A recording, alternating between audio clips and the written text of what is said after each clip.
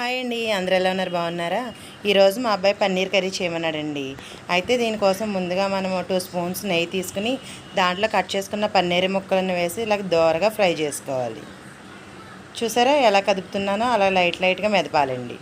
ఇలా వేగిన తర్వాత పక్కన పెట్టుకుని అందులోనే జీడిపప్పు కూడా వేపి దోరగా ఫ్రై చేసుకుని ఈ రెండింటిని ఒక ప్లేట్లోకి తీసుకోవాలి. తర్వాత అదే బాండీలో 2 మీడియం సైజు ఉల్లిపాయలు నిలువుగా కట్ చేసుకుని వాటిని కదుపుతూ మూత పెట్టి మగ్గించాలి. ఉల్లిపాయలు మగ్గిన అలా ఈ విధంగా మగ్గాలంటే గమ్ముని దానికి మూత పెడితే గమ్ముని మగ్గుతాయి. చూసారా ఉల్లిపాయలు మగ్గిన. ఇప్పుడు ఇందులోనే 3 మీడియం సైజ్ టమాటాలు తీసుకుని ఒకసారి వాటిని ఆ విధంగా కదిపితే అది గమ్మున మగ్గడానికి అందులో కొంచెం రాళ్ళ ఉప్పును వేసి అలా కదిపి మూత పెట్టాలి. చూసారా ఎలా మగ్గినాయో? ఇప్పుడు దీంట్లోనే గ్యాస్ ఆఫ్ చేసి ఒక 8 జీడిపప్పు, 2 లవంగాలు, 1 యాలక్క, దాల్చిన చెక్క, అల్లం వెల్లుల్లి పేస్ట్ కలుపుకొని చల్లారాక మిక్సీ జార్లో వేసుకుని మెత్తగా పేస్ట్ చేయాలి.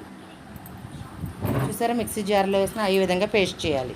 తర్వాత అదే బాండీలో 2 స్పూన్స్ ఆయిల్ వేసుకుని కొంచెం బటర్ వేసుకుని జీలకర్ర, 2 బిర్యానీ ఆకు వేసి వేయించాలి. ఇప్పుడు ఇందులోనే మనం పేస్ట్ చేసుకున్న మిశ్రమాన్ని వేయాలి. చూసారా ఈ విధంగా కదపాలి. దీన్ని మధ్యలో ఈ విధంగా మీడియం ఫ్లేమ్లో ఉంచి మగ్గించుకోవాలి. చూసారా ఎలా ఉడుకుతుందో? ఈ విధంగా మనం కదుపుతూ ఉండాలి. చూసారా ఇప్పుడు పర్ఫెక్ట్గా గ్రేవీ కన్సిస్టెన్సీ వచ్చింది. ఇప్పుడు ఇందులో మనము పెరుగు యాడ్ చేసుకుందాము.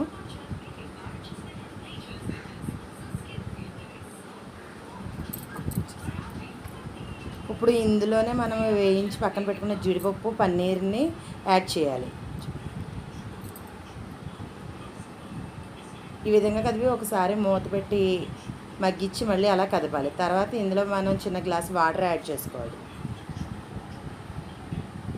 చూసారా ఎలా ఉడుకుతుందో? ఇప్పుడు మనము ఫ్లేమ్ని మీడియంలో పెట్టుకొని అలా మూత ఉంచి అలాగా ఉడికించాలి.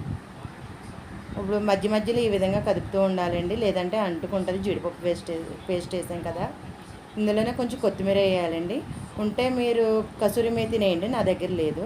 చూసారా రెస్టారెంట్ స్టైల్లో మన ఇంట్లో సేమ్ కలర్తో పర్ఫెక్ట్గా పన్నీర్ కాజు కర్రీ ఎలా తయారైందో. టేస్ట్ చాలా బాగుంటుందండి. ఒకసారి ట్రై చేసి చూడండి.